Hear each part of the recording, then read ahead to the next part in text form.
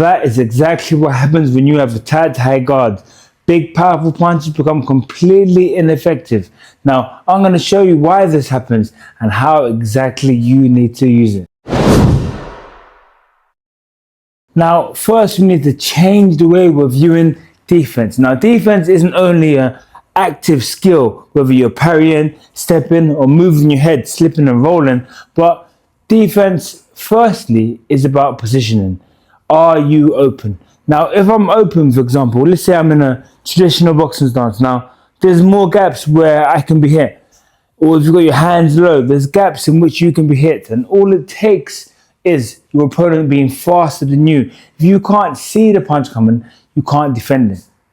That simple. But in a high guard now, there's no gaps. There's no gaps to any real point where you can make any real damage. There's no gaps. And because there's no gaps, you take away the opportunity for your opponent to land a punch. So the first thing we need to understand is that defense, first and foremost, is positioning. If I'm positioned so there's no openings, my opponent can't land. They have to create the opening first. So with the high guard now, you want to be nice and tight. You don't want to be standing up tall, because if you stand up tall, look, my body's wide and open. You need to sit into your stance, which is what you should always be doing. You should be sitting into your stance, which is going to scrunch you up. You're going to put your hands up in your normal guards, just like this. But what's very important is you need to be able to see your opponent. So what some boxers do is that they they're looking for the gaps in their gloves, just like that. So I'm nice and tight. But this is the part of the high guard which becomes active. I'm seeing my opponent, but as they attack me, I then climb in. So I'm here, I'm boxing them, my hands are still nice and close, but I'm not in the high guard. When my opponent attacks, that's when I clench down, that's when I guard, that's when I might be feeling the shots. Usually it's going to be left, right, left. So I might be bouncing like that, I'm catching, I'm slightly riding, I'm strengthening my position. So when the punch lands, it has less effect on me. Now that's how you're going to use the high guard. But using the high guard for victory, there's many different ways in which you can do it. But we're going to break down 4 different boxers at elite level who use the high guard in different ways. Now the first one is Joshua Clottey. Now Joshua Clottey used the high guard in more so a passive manner. He just caught shots, and then when it was his turn to attack, he attacked back. We've got Dmitry Bivol, who uses the high guard to weather the storm. So you see Bivol would usually be boxing with range, in and out. But the moment he detects he might be trapped and he's up against the ropes, he'll go to a high guard, wait until your attack is finished, only to check left hook, pivot, only to step out, only to attack you with a counter, but then create room again so he can use his legs. We've got Oleksandr Usyk, who uses the high guard when he's on the move. So Oleksandr Usyk might be feinting high, feinting low, boxing his opponent, dipping and diving. But sometimes, at times when he is attacked, or at times when he wants to change from position A to position B, he'll use the high guard to do so. So he might be boxing his opponent, and when he first shots, he's in a high guard, he might slip, pivot, step out. Slip, pivot, step out. He might use the high guard as he's moving away. He's using the high guard because it's a warranty that if he doesn't see the punch and the punch is thrown, how can they land on his chin when his guard's there? They can't.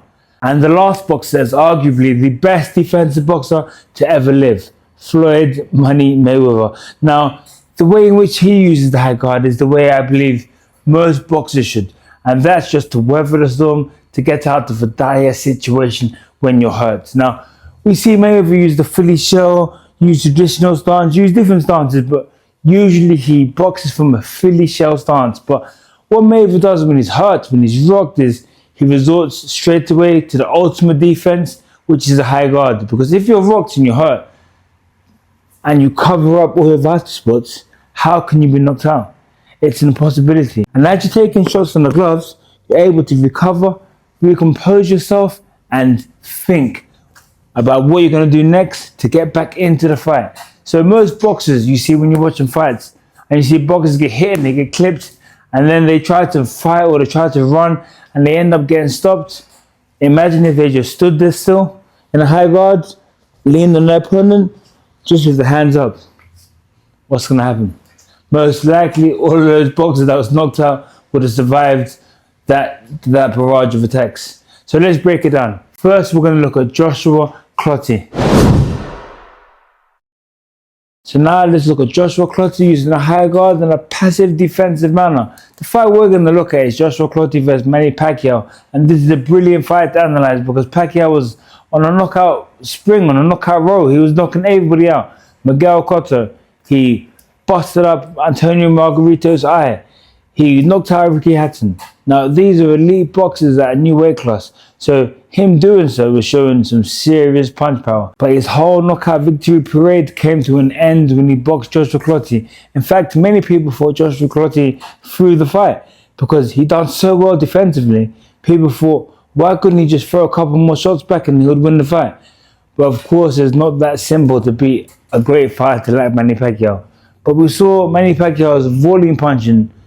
He became completely ineffective because Clotty was able to just guard up and stand still.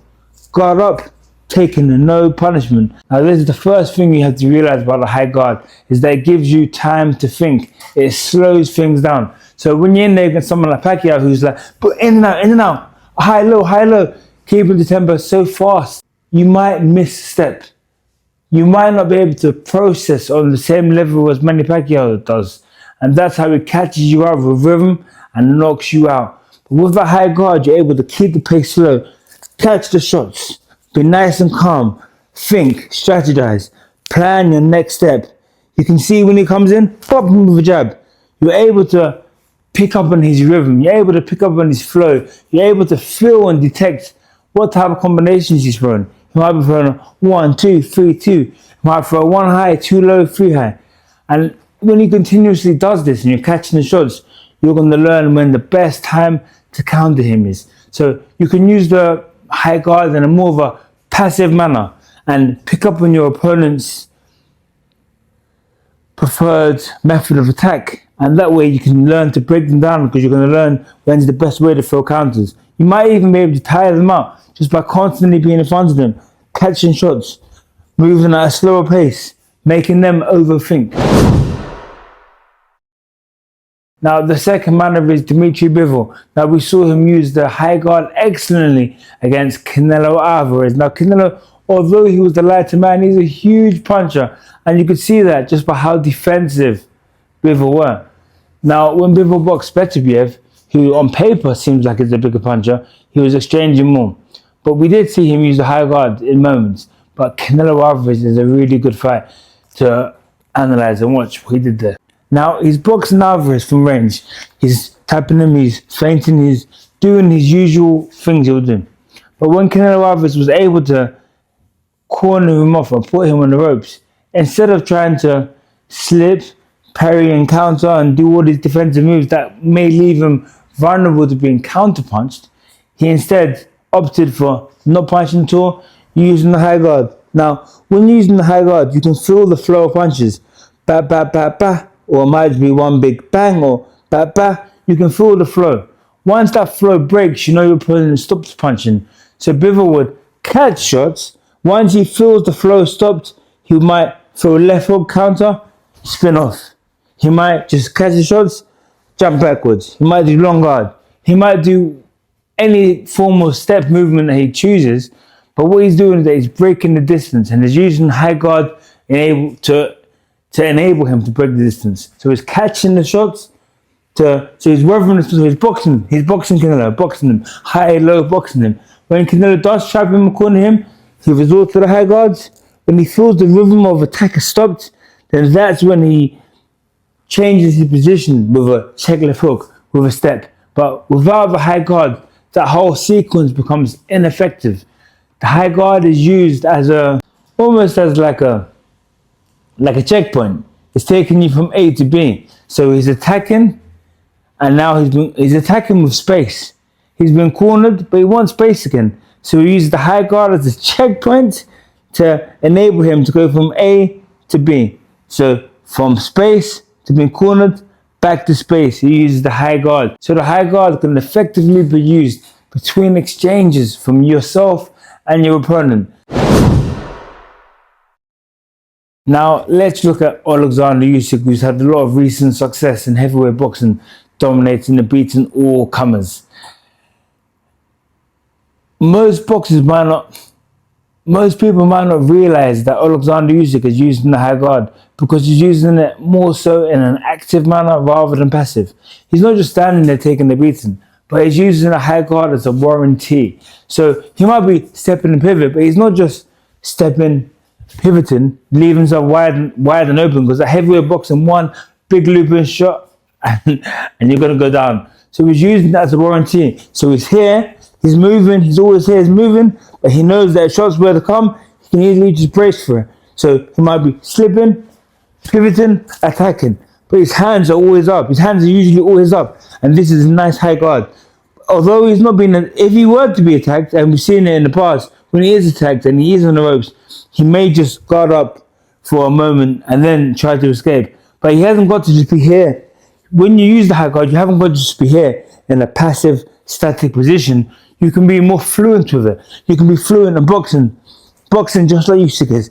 He's here, he's moving, but his guard is still nice and high and still nice and tight. And that's something that I have seen that a lot of young boxers don't take advantage of. Myself, I didn't take advantage of it. So I know the mindset a lot of boxers are in, where they might view it to be a, how would I say this?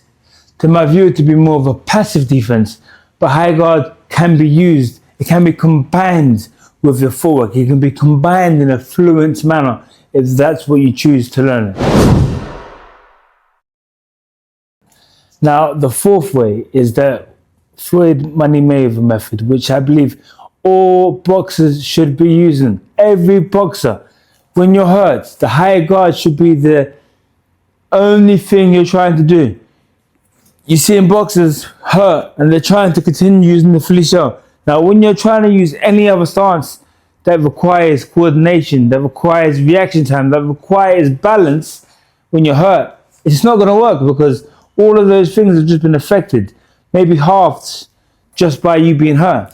But in a high guard now, your legs are strong from your training, so that your legs are going to hold you, and you're going to be catching the gloves, you're catching the punches on your gloves, on your arms, and it's going to allow you to weather that storm, just like Floyd Mayweather did against Manny Pacquiao, just like Floyd Mayweather did against Shea Mosley. And you have to note that Shea Mosley and Pacquiao are huge punchers. In fact, Shea Mosley, if my memory recalls me, was 32 wins and 32 knockouts. So these are huge punches. And the high guard enabled him, after he was hurt or rocked, to survive and win both bouts. So that's four methods in which the high guard is used at the elite level. But the high guard doesn't just work at the elite level. It's not because these boxers are great defensive fighters that works for them. It can work at any level. Now, recently, Arslan Barty just won a regional title as a semi-professional boxer, and he used the high guard to do so. His opponent was throwing shots at him, but nothing got through because it was nice and tight. He might have been moving around with a tight guard, he might have been on the ropes with a tight guard. But when he had that tight high guard, he was able to analyze his opponent's openings, and which is what enabled him to get the knockout, because he was able to attack back with like 100% success landing rate, because he could clearly see where his opponent was going to be open. So he never had to open up his opponent. He could just let his hands flow, and that's what enabled him to get the victory. And that's a semi-professional, unlicensed level who was able to do that. So elites have done it, and even in semi-professional boxing it works. But I've got a personal example. Now, there's a friend of mine, he won't mind me naming his name, Ramez Mahmood. Now, he ended up winning a Commonwealth title as a professional boxer. So, from my amateur gym, so far, he's gone the furthest. He's gone further than anyone. And I remember when he was young. Now, he wasn't the strongest kid, he wasn't the fastest kid. Good kid, fit kid, could always box, always turn up. But I remember he kept getting knockouts as an amateur. And I didn't understand it. But now in hindsight, I do. It's because his style was optimum to winning in comparison to everyone else's styles. Now, we all thought we was all good and flashing, thinking we got fast hands. But that high guard stance enabled him to see openings, not take damage, and land clean, effective punches. And that's what enabled him to keep scoring left hook to the body knockouts, liver shots. And as a professional, he used that same style, but now he's got so much experience with it, and he used it to become a Commonwealth champion. Now, I'm not saying that him having the high guard is the only reason why. I'm not saying that's the determining factor of why he won a Commonwealth title, because of course in professional boxing there's so many other things that come into play.